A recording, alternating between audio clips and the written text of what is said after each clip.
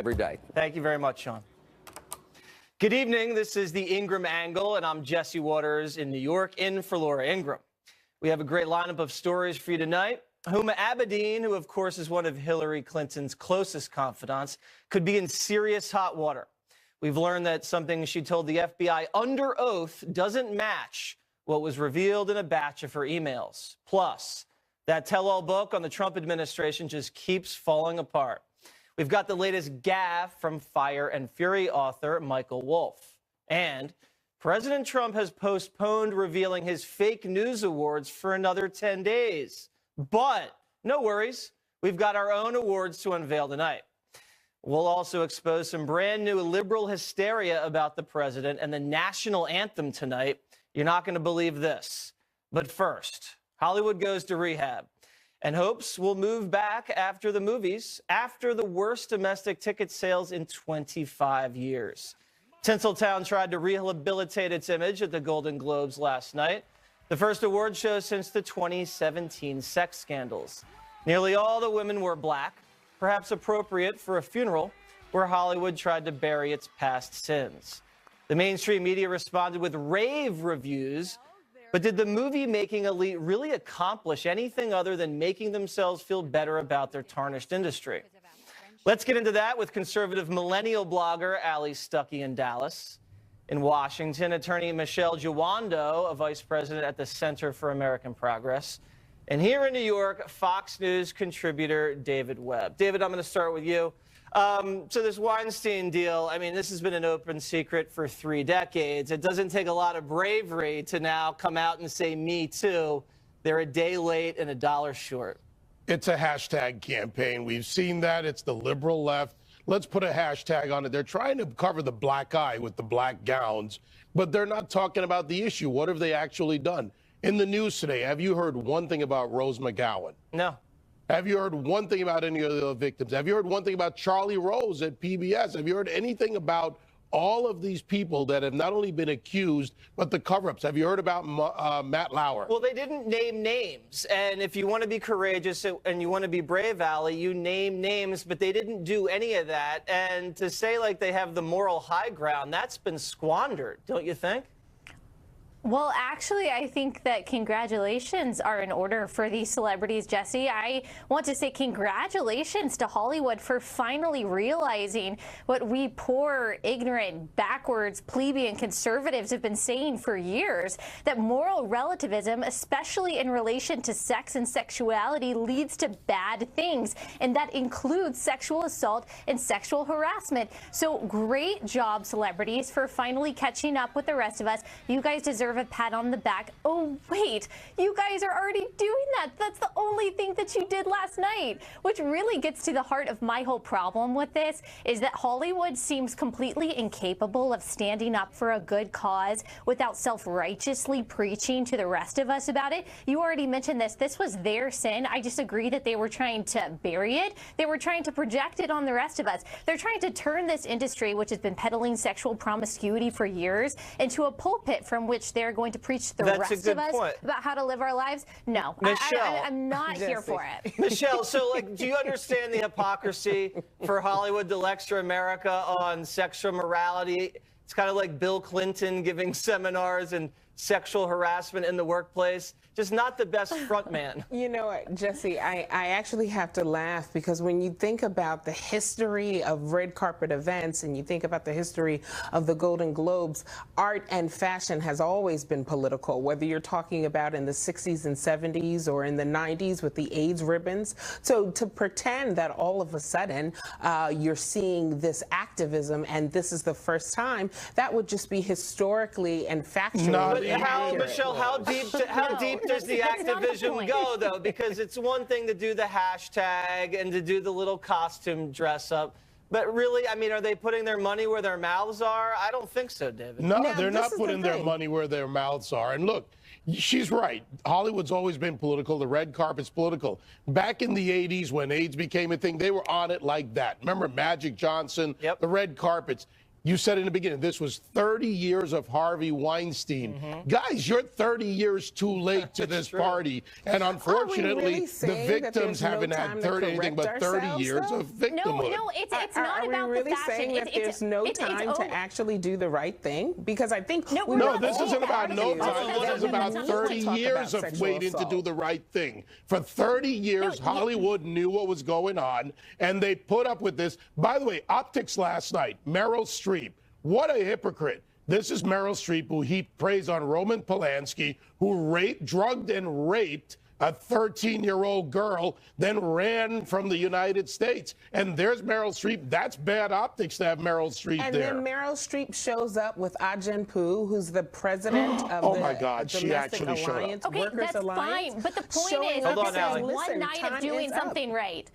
This is one night of doing something right. No one is saying that wearing black is a bad thing. But my point is that I'm not really concerned with what these celebrities look like. An external protest is completely fine. What I'm more concerned with is internal honesty. I want some introspection here. What would have been a lot more appropriate than these celebrities joking about sexual harassment and giving us their self-serving, sanctimonious diatribes would have been a humble apology. An apology for the part they've played in perpetuating this corruption of their industry through this corrupt dynamic of sex and power. I am going to agree with you that if we're only talking about clothes a week from now, then I have a problem. What I do hope tomorrow brings is activism. What it brings is protest and movement and people actually doing things and moving policy. Well, and how about frankly, depositions and lawsuits and testimony? Because protests are not going to get this problem solved. Who want to sue their attackers, that's actually putting your money where your mouth is. Okay, and because I don't know if we're going to be talking about anything besides Oprah, because Oprah stole the show last night, and no one's really talking about sexual harassment. Everybody's talking about Oprah Winfrey running for president. I think we have some sound of the Oprah mania from last night. Can we roll that, please?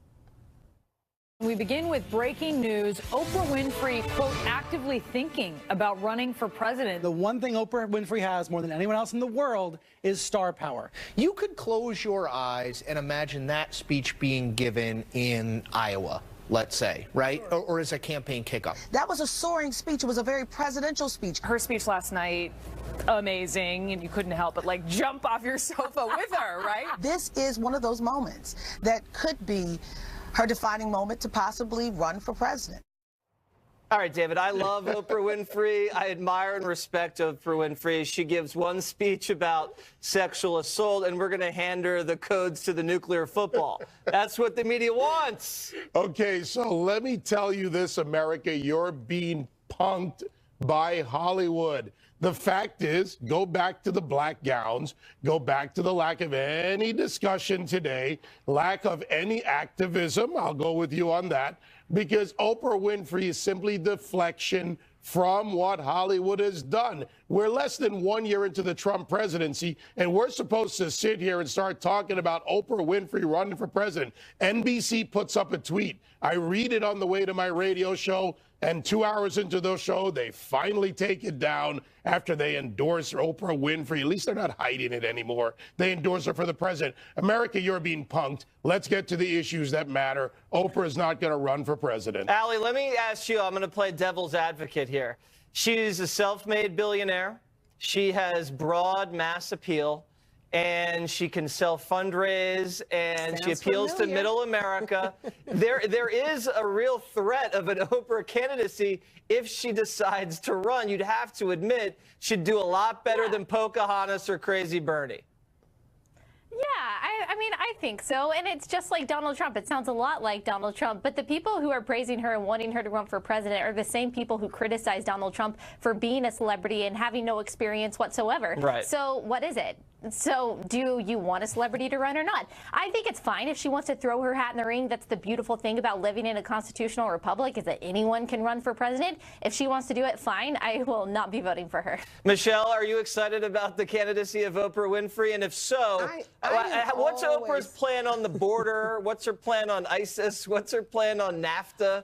Does she know? I'm excited about anything that has to do with Oprah Winfrey. But I will say this. I think the reason why people are so excited and talking about her today is that she inspired the country again. And there was a moment where we all collectively believed in something together. It was the aspiration that we come to expect from our leaders. And that's something that's desperately missing from this president. And it's desperately needed today. So that's why you have the hashtags Oprah 2020, because we want leadership. And that's drastically lacking. She was definitely a captivating speaker last night, and she's been so captivating for so many years. Even Donald Trump was considering putting her on the ticket in 1999 when he was flirting with running for president. I think we have some sound. Let's hear it.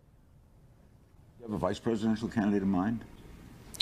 Well, I really haven't gotten quite there yet. I guess Oprah, I love Oprah. Oprah would always be my first choice. And if she'd do it, she'd be fantastic. I mean, she's popular, she's brilliant, she's a wonderful woman. I mean, if she'd ever do it, I don't know that she'd ever do it. She's got, you'd ask her. She'd be sort of like me. I mean, I have a lot of things going. She's got a lot of things going. What a ticket that would be. That would be a pretty good ticket, but she's a very exceptional woman. Trump's always ahead of the curve. I would love to see the Trump nickname for Oprah if she got in the race. Oh, gosh. Amazing. I don't know. We Oprah. have some news. We actually have a new report, though, from Peter Alexander, NBC News. It's hot off the press. A source close to Oprah tells Kate News Snow, as of today, she has no intention of running for president in 2020. It's not happening. She has no intention of running. Somebody tell NBC. Wow, it's over. It took a day. Candidacy, Oprah is done. Oprah's out. All right. Now we get back to Warren and Biden and Bernie. All right, guys. Great. See you later.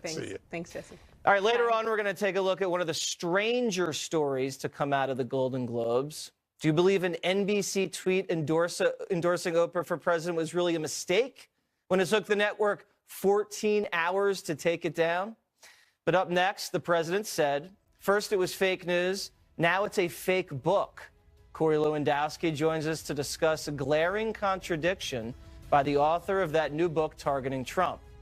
And we'll expose a ridiculous accusation from the left tonight that says the president doesn't know the words to the national anthem.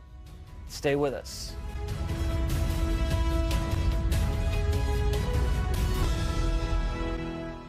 Big holes keep popping up in the stories told by Michael Wolff, author of Fire and Fury, the alleged inside account of the Trump administration. Wolff told NBC yesterday that the 25th Amendment providing for removal of the president by his cabinet was, quote, a concept that is alive every day in the White House, end quote. But then he had this to say this morning. Did you speak with any members of the president's cabinet for this book? I did not. You did not? I did not. And did you speak with the vice president? I did not. Okay, so we've had a little bit of a guest issue, but David Webb has kindly agreed to stick around and join us again. And in our nation's capital is David Goodfriend, who was Deputy Secretary to President Bill Clinton, Chief of Staff. Now, this guy never even interviewed the VP, never interviewed the cabinet officials. I don't think he ever interviewed any of the first family. Did he talk to Ivanka? Did he talk to Eric? Did he talk to Don Jr.? Because a lot of this stuff does not ring true, David. How much of this do you think is just pure fiction? Well, this is why I don't dive into stories of palace intrigue. They're often way overblown. He says he spoke initially gave the impression that he had spoken to everyone, that he had this unfettered access. He could walk around. And maybe he did for a little bit, but you've been in the West Wing. I've been in the West Wing. It's not that easy to go in and out of rooms. And now we find out he can't answer pointed questions. These questions were never asked before the book came out. They just took it as fire and fury, a Trump administration in its demise going down in flames. What's going down in flames is another author who wrote another book that's salacious. It's like a bad soap opera, except this one won't be back in reruns. Okay. David, the other David, let me ask you a question, because I don't understand how this makes sense. The central premise of the book is that Trump didn't want to win the election. So if he didn't want to win the election, why was he colluding with the Russians to win the election? I don't get it. Yeah, there's a lot of kind of weird questions that pop up around this book. I'd be the first to say that as well. It kind of reminds me when I worked in the Clinton White House, you had people who would leave the White House and then write these expose books, which I thought was kind of betraying the privilege of having worked in the White House. And I think here, too, we should just assume, at least I'm going to assume, let's say 50% of everything in that book is just flat out wrong. Just write it off, 50% of it. We don't know which 50%, but in my view, if only 50% of what's been said in this book is real, it is incredibly damaging, and all you have to do is look at the president's own reaction. You know, if somebody says something about me that's a lie, I blow it off. I don't even react. This president became the first president in U.S. history to pronounce, I am sane, really, I am. And that makes me think he's protesting a little too much. Well, let me tell you why the president has to say something like that. Because if CNN, MSNBC, ABC, CBS, and they all spend 48 hours bringing up shrinks to say the president of the United States is crazy, and then the president of the United States is asked to respond to that, the headline then becomes the president defends his sanity. That's how the media plays these games. So that's think about exactly how what crazy the it was. media Hold on, let's let Webb get in. Here on Fox News, people said Barack Obama isn't really a citizen of the United States. That was totally crazy. Now, President Obama didn't jump out and say, I'm really a citizen. Really, I am. Here I am. No. Well, I don't know who on Fox News said that, just right. David. I can't name one person on Fox News that said that. Here, what's happening and is eventually he did produce his birth certificate. Himself is actually, it's raising the sales of the book. Now the book is becoming a bestseller precisely because Trump is talking about it. Well, that's true. Really, the book's through the roof now. Maybe that's why Corey didn't come on the show tonight, because it maybe knocked his book down a few rungs on the New York Times bestseller list. But it's so funny to be called insane by the left, who's screaming at the sky, who's wearing hats with genitalia. You know, Bernie Sanders thinks global warming is more of a threat than ISIS. If anybody's insane, I think it's people on the other side. Yeah, I mean, if you look at this, and I'm going to use a big word for the left now, this compendium of what's false and what's true, all these things they've said about Trump, and this is, he delayed the fake news awards till next week. I don't really care about that. I care about policy. That's what I care about. They put all this stuff at him, and then you attack the man, you attack his family, you attack his wife, you attack his daughter. Representative Cohen attacks an 11-year-old boy, Barron, his son, on Twitter. What do you expect a father to do? He's going to defend himself. And when President Trump became president, he didn't give up his right to say what's on his mind. No president ever has or does. And frankly, I like a guy who's going to fight, because I'm sick of the left throwing punches and the Republicans not counterpunching. Because he's got the entire media and the Democratic Party against him. Tears. I'll send you guys a box of tissues. You can wipe away. I don't want a box of tissues, pal. Let me tell you, David, I love that you're a good man, but I'm like Trump. I don't need tissues. All right, guys, let's move on, because I want to play some sound. David, I want to play some new sound that's coming in. There's this new attempt to undermine President Trump that's just unfolding tonight. He's at the College Football National Championship this evening. Earlier, he took the field for the anthem, and he sang along. But now people on the left are claiming he doesn't know the words to the national anthem. All right, so first we're going to show you the clip that's making the rounds on Twitter, and then we've got an edited shot to show you from when he sang the whole thing, word for word. Take a look. What so proudly we hailed at the twilight's last gleaming.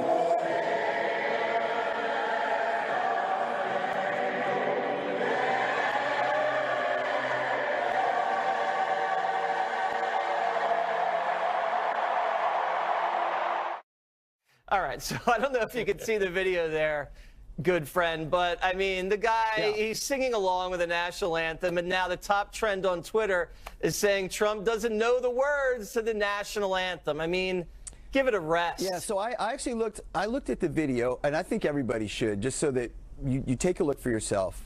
And from my viewpoint, sometimes he's singing along, and sometimes he's not.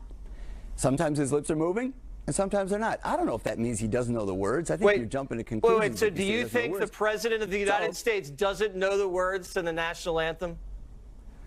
No, I just think he doesn't like to sing, probably. Well, that's smart. I mean, I don't like to sing either. You know, it's not because I don't know the words. Right, but here's the problem: is the left assigns this value. No, hang on, David.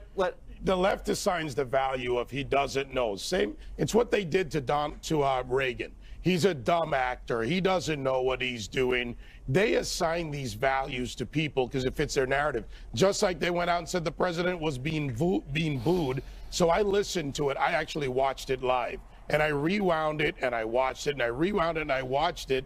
And I'm sitting there listening to this going, the first thing I said was, the left's going to come out and they're going to say he doesn't know the words when they know nothing. It's like a psychiatrist who knows he's crazy, but has actually never talked to him. Right. Well, and then there's no way that the President of the United States, Republican Donald Trump, is getting booed when Georgia is playing Alabama down in Atlanta. Guys, I got to run, though. I got to run. Elected a Democrat to the Senate, so you got to love Alabama. Just elected a Democrat to the Senate. There's hope for them yet. Roll Tide. Yeah. Hillary's right, and woman, Huma Abedin, may have a new reason to worry. Coming right up. We'll tell you what she said to the FBI under oath that doesn't match what was revealed in her emails.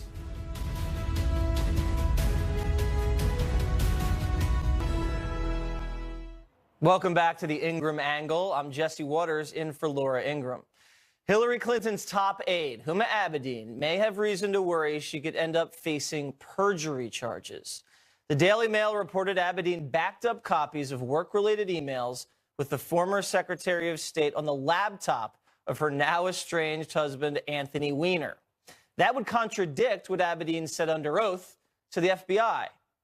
Let's dig into this with attorney Scott Bolden, former chair of the Democratic Party in D.C., and Ned Ryan, former speechwriter for President George W. Bush, joins us from Virginia.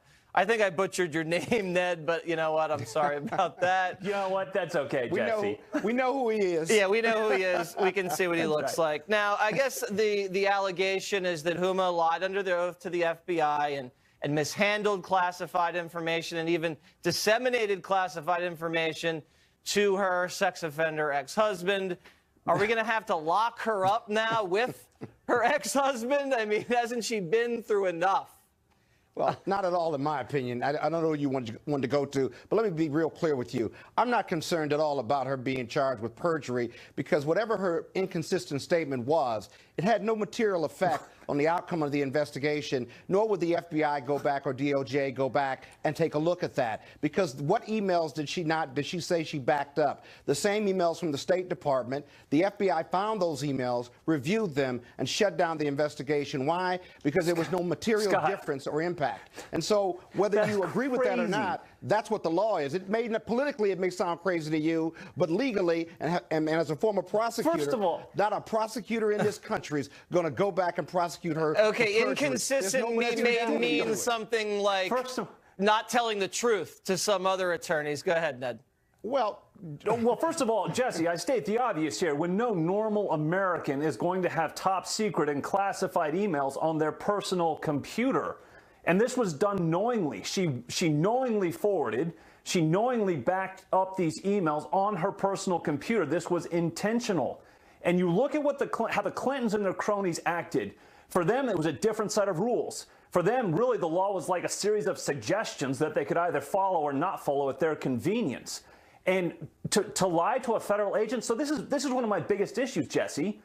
General Michael Flynn pled guilty to lying to a federal agent. So if Michael Flynn is guilty, Cheryl Mills and Huma Abedin are also guilty. And if they're not guilty, why is he guilty? And I think this speaks to a much bigger issue that we're dealing with in our country about the rule of law. We have a bifurcated justice system in which some people are guilty and others aren't. And those that aren't, it's because of their last names or their connections. Scott, speak to that issue, because regardless of what you think about what our guest just said, I think that most Americans believe that there are different set of rules for people in power in the swamp, and then regular Americans. There certainly aren't. The come DOJ on. has discretion. There aren't different sets of standards. You know, if Look this at what- person okay, let me wasn't ask you named something. Abedin Let or me wasn't ask named you something. Clinton, they'd be Let me ask you behind something. bars. You want to prosecute Uma Abedin for perjury, right? I don't. I Versus think an she's been inconsistent through statement. enough. She's been married to Absolutely. So Anthony then- Weiner for 10 but so years. I does- mean, Jesus. So I mean, DOJ and hasn't she done FBI enough time? DOJ and FBI aren't going to go back and look at this. One, she's been cleared.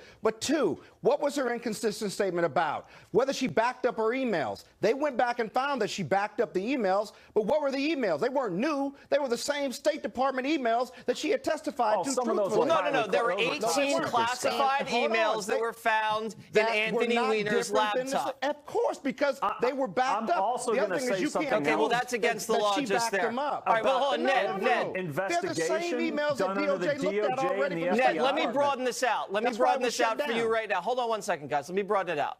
So you have this issue. And then you have the dossier that was paid for to dig up fake dirt on Trump with the Russians. And then you have Uranium One. And now you have pay to play at the Clinton Foundation being looked at by the not DOJ. proven. Okay, they're looking at it. Allegations. They're looking at it. I mean, that's 2, 3 to 4 issues. Even the Hezbollah, they go soft on Hezbollah in order to do the Iran deal. Those are 4 items that involve Hillary Clinton that are now being looked at by the Department of Justice. That's a lot, considering that most of the allegations are regarding Donald Trump, and they haven't found anything on him. They haven't found anything. And they've been doing this. They've been doing this investigation one at a for time. 18 months. Let me say Scott, this. one at a time. You know how many times Hillary Scott, hold one on. at a time. Go You ahead, know Ned. what? You can respond. One at a time. Thank you.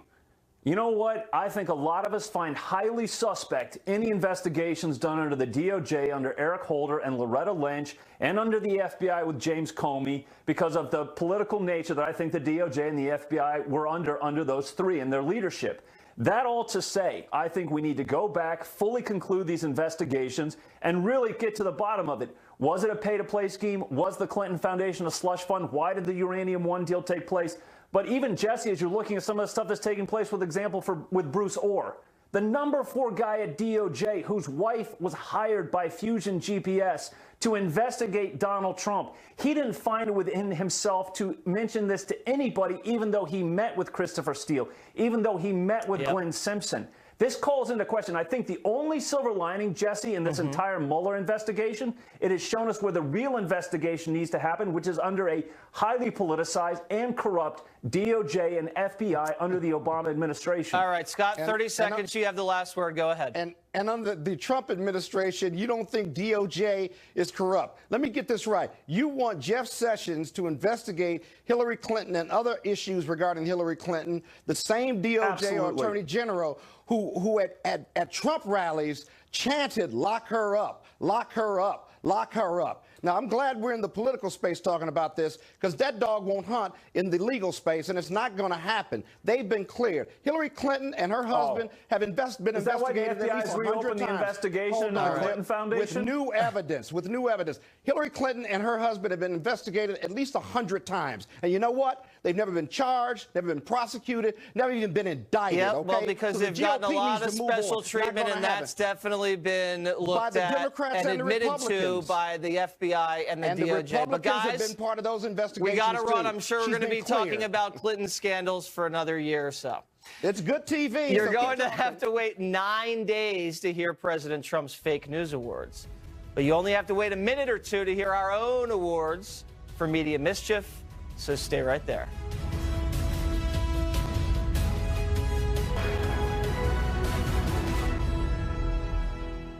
President Trump has delayed his fake news awards until a week from Wednesday. But what?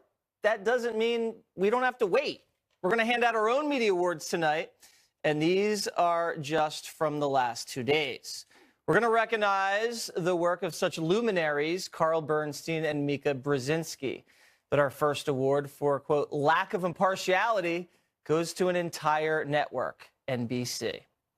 NBC called Oprah Winfrey our future president in a tweet last night on its official account. Then it took 14 hours to take the tweet down. Then NBC blamed some mysterious third party for posting the tweet. Yeah, we wouldn't want to get the impression the Peacock Network is rooting against President Trump or anything. So let's bring in Fox News host of Media Buzz, Howard Kurtz, in our Washington studio. So, Howard, this is like blaming the intern, except they're blaming a third party. I don't even know what that means. What's a third party?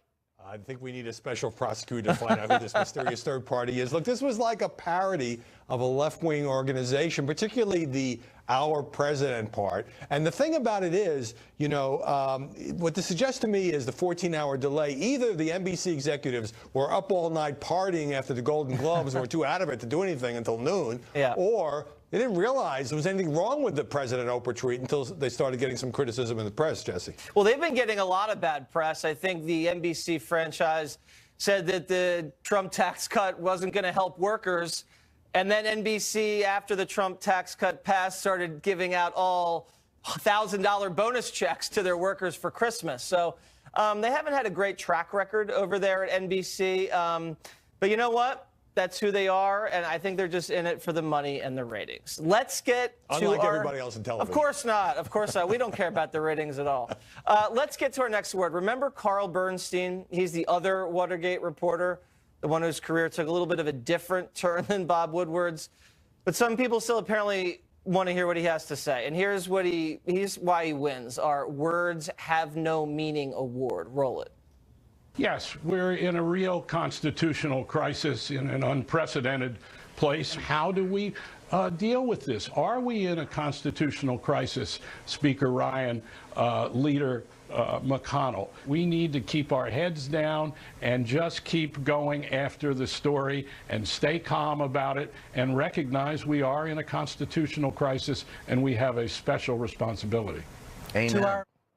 Did you get that? There's a constitutional crisis. I kind of was getting that impression. Look, Carl Bernstein attacks President Trump just about every day or every week. I mean, he's called him a liar. He's called him worse than Nixon. He's talked about the malignant presidency. And, you know, he gets a lot of attention because there's a sort of the Watergate aura about what he says, and he actually worked on the original story about the unverified Russian dossier. The thing is, you know, to compare, even in the worst possible interpretation, to compare their allegations against President Trump and his associates in the Russia case to the scandal that made Bernstein famous is just a ludicrous stretch. Okay, and if everything is a constitutional crisis, then nothing is. I think that's the fourth or fifth reference that he used. I think there was the Mueller firing was a constitutional crisis. A tweet was a constitutional crisis.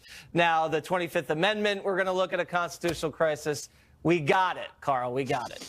All right, and last but not least, the Lack of Self-Awareness Award goes to MSNBC's Mika Brzezinski, who doesn't seem to realize that her friends' attitudes may just reveal something about her. I had some friends that went to Paris over the holiday, and they said they were viscerally... Paris, Texas, right? Paris, France. Oh, Paris, France. And they said they were just viscerally embarrassed to be Americans. They said it was the first time that it was sort of chilling, that they didn't even want to share where they were from. Okay, well, I don't think any Americans should be embarrassed in Paris, because if it wasn't for America, they'd all be speaking German. Going for playing the World War II card. Look, well, listen, I play that as much as possible.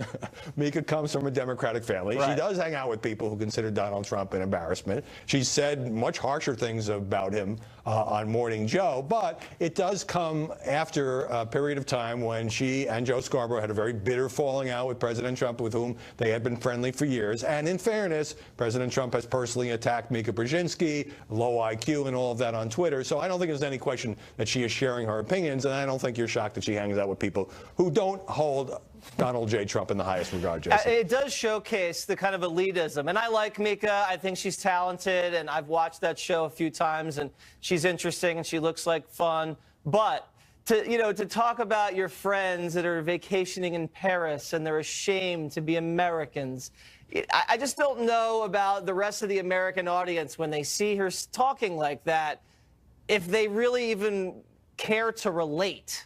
I don't think they do. It's like the foreign correspondents will say, I just interviewed the cab driver, and here's what he has to say about American politics.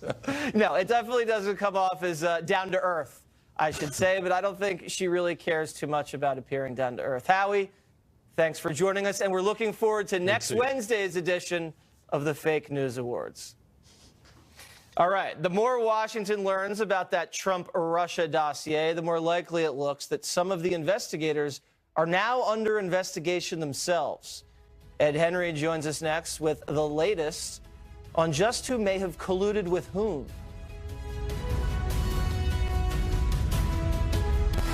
Fox News' Ed Henry was on the Ingraham Angle a few weeks ago to tell us how the top Democrat on the House Intelligence Committee, Adam Schiff, was worried Republicans were about to shut down their investigation into Russia. Now, he may wish they would. Not only has no hard evidence of collusion between the president's team and the Russians emerged, the committee's focus has now turned to whether the Obama administration used a dodgy dossier to spy on Trump campaign officials. Let's get an update on where things stand from Ed Henry in Washington. Jesse, good to see you. It is looking more and more like the House Intel panel investigation is going to heat up this month, but maybe not in the way that Adam Schiff wanted. When last we reported on the top Democrat on the panel late last year, he was seen leaving closed-door testimony with Donald Trump Jr. just before a series of leaks from that testimony started popping up on CNN, the New York Times, and other media outlets, raising questions about his handling of that sensitive information during that testimony. Now, new tonight, I'm told that Schiff keeps asking for more witnesses to try and prove collusion between the Trump campaign and Russia. That has not panned out. That is being rejected by Republican Chairman Devin Nunes, who is instead bringing in this month a series of witnesses that may bring more damaging revelations on the other side. Top FBI and Justice Department officials who allegedly went easy on Hillary Clinton, and more revelations as well about Fusion GPS and that dossier you mentioned, paid for in part by the DNC and the Clinton camp. So Nunes is now planning to bring in 8 witnesses, including FBI officials Peter Strzok and Lisa Page, who exchanged those anti-Trump text messages. Another witness, we're told, will be Obama Justice Department holdover Bruce Orr, who was just stripped of another title. He is now no longer the head of the Organized Crime Drug Enforcement Task Forces. Orr will testify January 17th about critical issues such as the fact that his wife worked for Fusion GPS. Now, Adam Schiff, the top Democrat on the panel, who has seemed to buy into every Russia allegation involving the president, got called out on CNN yesterday for seeming to dismiss the allegations against top FBI and justice officials before he did any investigating. Watch. How do you not know that it's a legitimate investigation? I mean, I thought that the whole idea was we're supposed to believe that the FBI and the people at the Justice Department are men and women of integrity. If they are investigating Hillary Clinton, it doesn't take a genius, let alone a stable genius, to see why. It's not because there's some new evidence that's come to light. It's because they're being badgered by the White House to do it. With all due respect, Congressman, aren't you contributing to the lack of faith in these institutions? Now, Devin Nunes also scored a big victory on Friday when TD Bank turned over more bank records for Fusion GPS. The key is we're hearing this will reveal more about Fusion GPS's clients, but also their relationships with media companies. So there could be more journalists who were either on the payroll or working in some way with Fusion GPS. These could be big revelations, Jesse. Okay, so it looks like, bottom line, Schiff's a leaker. This guy at Justice, Bruce Orr, was demoted because he's having secret meetings with the dossier firm, and the dossier firm's bank records are going to get cracked open. Who knows where this money was flowing in from? And then these kind of anti-Trump FBI agents that were sending these kind of love texts to each other, they're in the crosshairs. This whole thing's now boomeranging. What kind of repercussions could all of this see? Well, as you mentioned, the key question that Devin Nunes is trying to get at is, was it the dossier and these behind-the-scenes maneuverings by FBI and Justice Department officials more friendly to the Obama administration than to Donald Trump? Is that what led to the surveillance approved by Obama officials that then eventually led to Robert Mueller? Is that just a conspiracy theory that conservatives have been pushing, or is there hard evidence to show that there was a direct correlation? That evidence is not there yet, but there are pieces of it as you start putting this together that are obviously very alarming. Let's just look ahead really quickly because we only have a few more seconds. Yeah. If they can prove that the Hillary Clinton campaign and the DNC paid for this fake dirt from this dossier firm to smear Trump with, And the dossier was used by the DOJ under Obama to justify surveillance of President Trump, which sparked this whole probe. What does that mean? I mean, what could that say? And could someone be punished for that? Here's one of the key pieces that you're getting at, which is that the FISA law, the Foreign Intelligence Surveillance Act, that where a judge would approve this surveillance of Trump aides.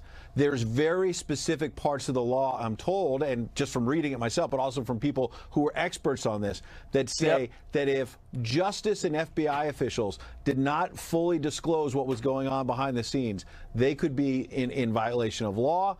They could be in a lot of trouble, basically, for using this to surveil Trump officials, and that this could really blow up in their face. They're not there yet, but there is a lot of maneuvering behind the scenes, and we're going to hear a lot more, I'm told, in the next few days. Well, it definitely looks corrupt on the surface, but we're going to follow it. Ed, thank you very much. Good to see you.